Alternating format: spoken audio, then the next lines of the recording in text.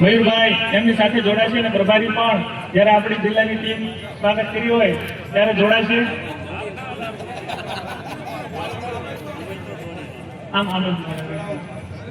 બોલો ભારત માતા કી, ભારત માતા કી. હવે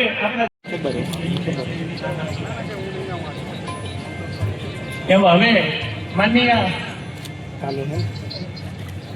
માનનીય મંત્રી શ્રી નીમુબેનના સ્વાગત માટે હું અમારા જિલ્લાના મહામંત્રી શ્રી વિજયભાઈ ધલવાણીયાને વિનંતી કરું કે ઝડપથી મંચ ઉપર આવી અને દીપકભાઈ સાબલા અને વિજયભાઈ ધલવાણીયા ફટાફટ નીમુબેનનું સ્વાગત કરશે.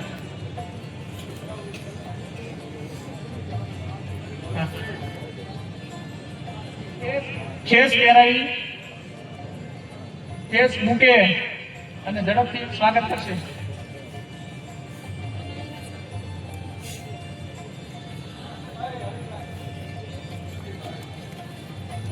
એવી જ રીતે માનનીય રીવાબાના સ્વાગત માટે પણ સ્વાગત કરશે. ઝડપથી કેસ અને મૂકે આપી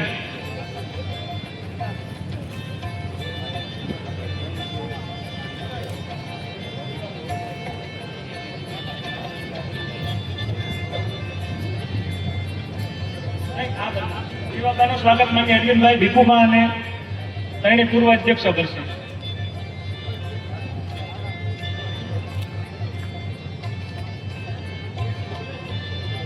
માનનીય આપણા કેન્દ્રીય મંત્રી શ્રી નીમુબેન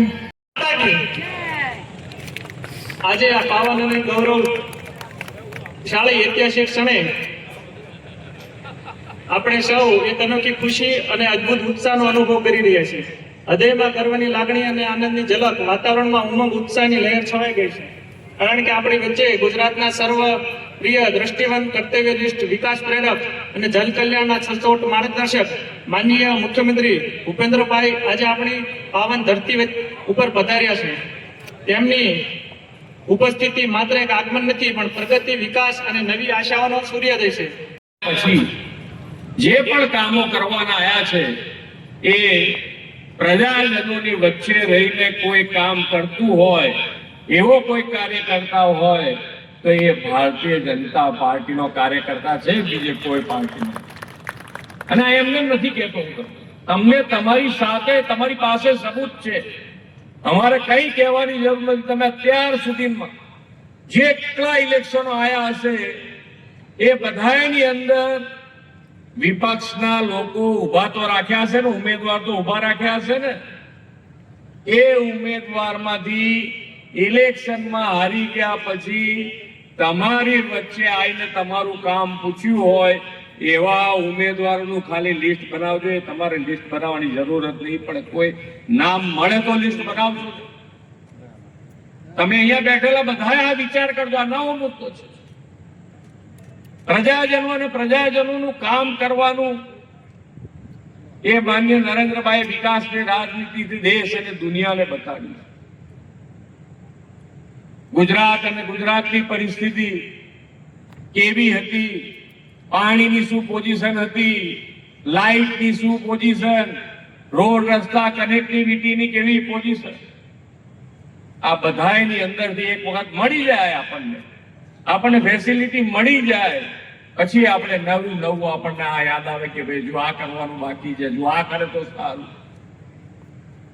એ માણસ સ્વભાવ છે, આપણો સહજ સ્વભાવ છે અને એમાં કઈ ખોટું નથી કે જે થઈ ગયું છે ઓકે, હવે આગળ કેવી રીતે વધવું છે એના માટે તો હર હંમેશ પ્રયત્ન કર્યો છે.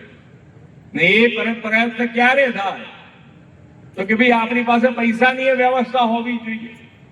આ પૈસાની વ્યવસ્થા કેવી રીતે કરી તો માન્ય વડાપ્રધાન શ્રી જયારે અહીંયા મુખ્યમંત્રી તરીકેના પહેલી વખત શપથ લીધા અને એ પછી આખા ગુજરાતની અંદર પાણીની વ્યવસ્થા દરેકે દરેક નલ સે જલ યોજના બનાવીને ઘર સુધી પાણીની પહોંચાડી, સાથે સાથે વીજળી દરેકના ઘરે ઘરે પહોંચાડી.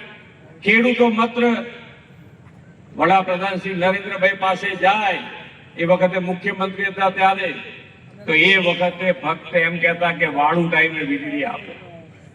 પણ માનનીય વડાપ્રધાન શ્રી હંમેશા કહે છે કે મેં કોઈ દિવસ નાનું વિચાર્યું જ નથી.